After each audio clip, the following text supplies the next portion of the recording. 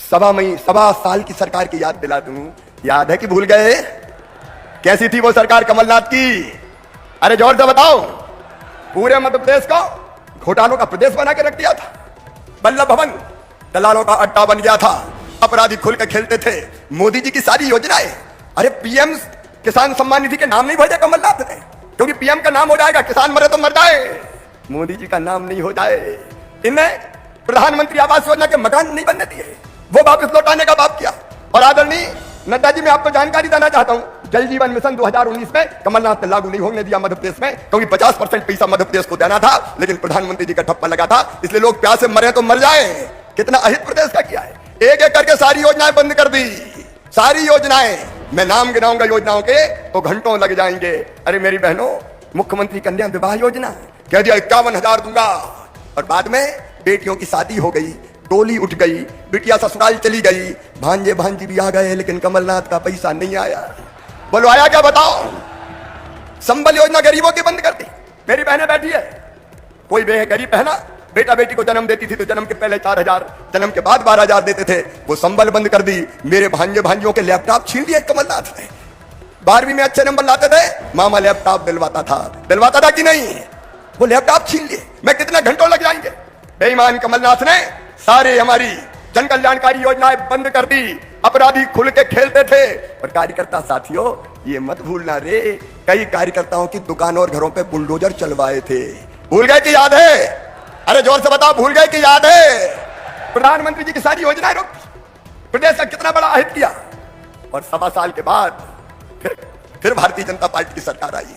आज ईमानदारी से बताना, प्रदेशों में सड़कों का जाल किसने बिछाया है? जोर से बताओ, किसने बिछाया है?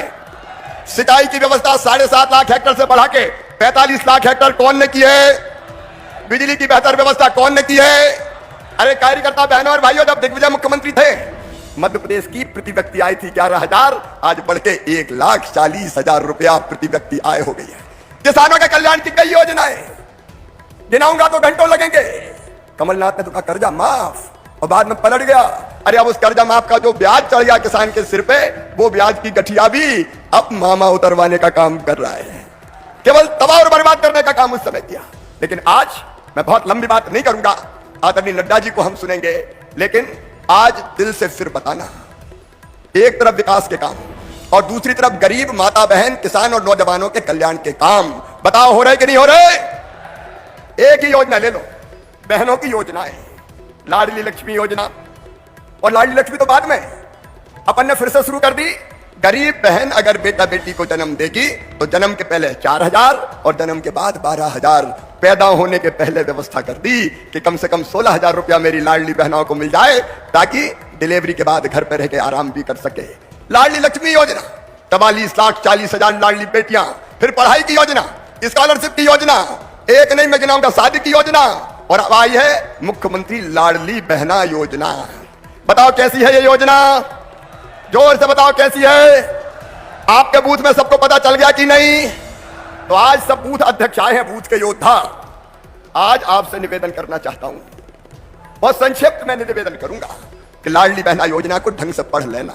लाडली बहना में जिन बहनों की आय 2.5 लाख रुपया प्रति वर्ष से कम है, वो सब आएंगी। परिवार की आय, पूरे परिवार की मिला के 2.5 लाख रुपया से कम, 23 से लेकर 60 साल तक की उम्र की विवाहित बहनें, और उन सब बहनों को अभी हमारा चल रहा है आवेदन भरने का काम, कल से प्रारंभ हुआ है।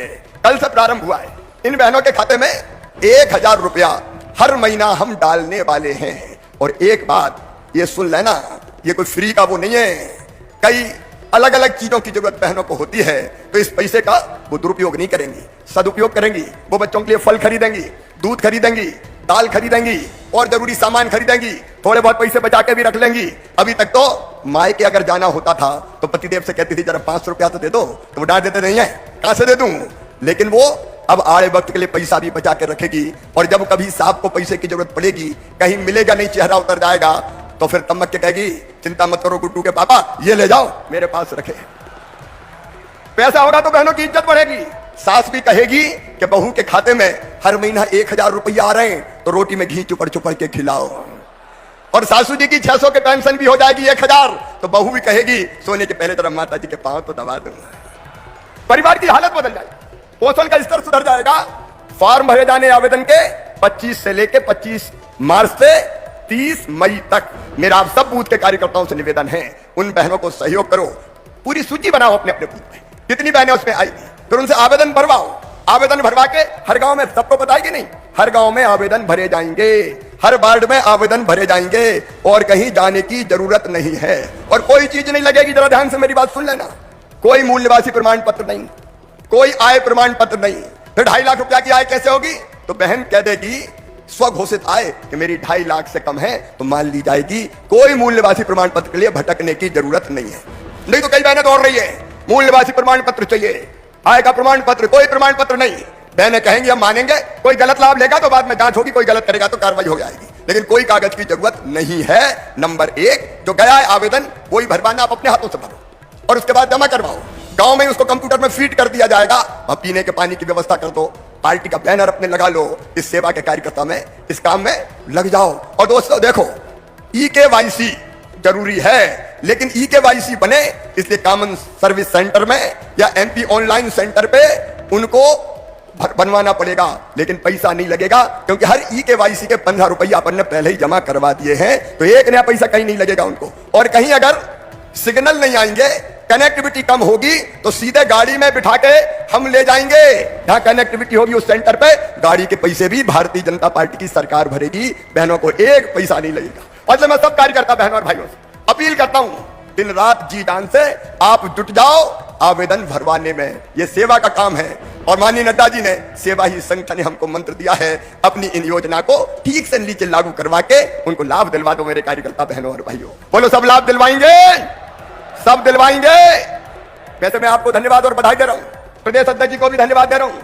हमने अभी सीएम जनसेवा के शिविर लगाए थे और तब अपने कार्यकर्ता जुटे थे, गांव गांव में शिविर लगाए और प्रधानमंत्री जी ने कहा था कि योजनाओं का सबको लाभ मिले, सैचुरेट हो जाना चाहिए, तो 83 लाख नए नाम हमने जोड़ दिए अलग अलग योजनाओं में। बोलो जुड़े कि नहीं जुड़े? 83 लाख नाम जोड़ दिए। और फिर विकास यात्राएं भी निकली। बताओ विकास यात्राएं कैसी निकली? ऐसे नहीं, अच्छे से बताओ कैसे निकली विकास यात्राएं निकली। उसमें जो आपने सहयोग किया और लोगों को लाभान्वित करवाया, उसके लिए भी धन्यवाद देता हूं। और एक बात और कहते, वैसे तो अनेकों योजनाएं हैं, एक मुख्यमंत्री ई-स्कूटी योजना, उस योजना में 12वीं क्लास में जो बेटियां अपने स्कूल में पहले नंबर पे आएगी उसको ई-स्कूटी दी जाएगी, हर स्कूल में जो पहले नंबर पे आएगी। वो योजना पूरी पढ़ लेना। केवल एक योजना के बारे में मैं और बता के बात खत्म करूंगा, और यह योजना अभी अभी हमने युवा नीति लॉन्च की।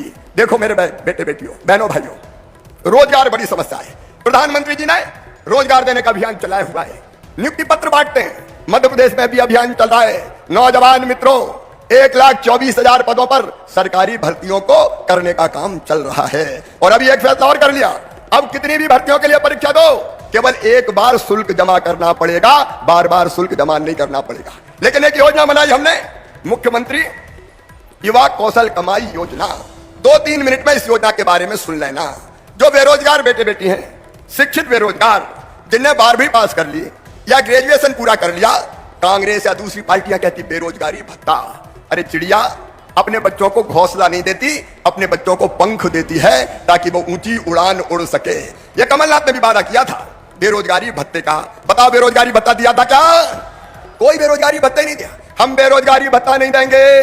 जो देने की बात करते हैं वो धोखा देते हैं, कई शर्तें लगा देते हैं, केवल वोट की बात करते हैं। हम बेरोजगारी भत्ता नहीं देंगे, हम अपने बच्चों को पंख देंगे।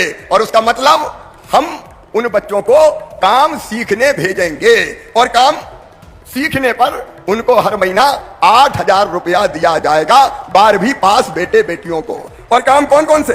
चाहे वो निर्माण के क्षेत्र फैक्ट्रियों में हो, छोटी फैक्ट्री हो, बड़ी फैक्ट्री हो, इंजीनियरिंग हो, इलेक्ट्रॉनिक्स हो, मैकेनिकल हो, सिविल हो, प्रबंधन का कोई क्षेत्र हो, गिग इकोनॉमी हो, सेवा सेक्टर हो, मतलब होटल मैनेजमेंट, टूरिज्म ट्रेवल, अस्पताल, railway, IT, software development, banking, बीमा, लेखा, चार्टर्ड अकाउंटेंट, मीडिया, कला, कानून और विधि का क्षेत्र, कहीं भी ये बच्चे काम सीखेंगे तो 8,000 रुपया महीना मिलेंगे साल भर तक, ताकि वो ऐसा काम सीख जाए कि काम सीखने के बाद उनको परमानेंट रोजगार मिल जाए, उनके हाथों में कौशल आ जाए। ये अपने तरह की अद्भुत योजना है जो हमारे बच्चों को निराश नहीं होने देगी। युवा मोर्चे को इस योजना के क्रियान्वयन में भी लगना है। तो मेरे प्रिय बहनों और भाइयों, एक तरफ प्रदेश का विकास, दूसरी तरफ विभिन्न योजनाएं और तीसरे तरफ माफियाओं का सफाया।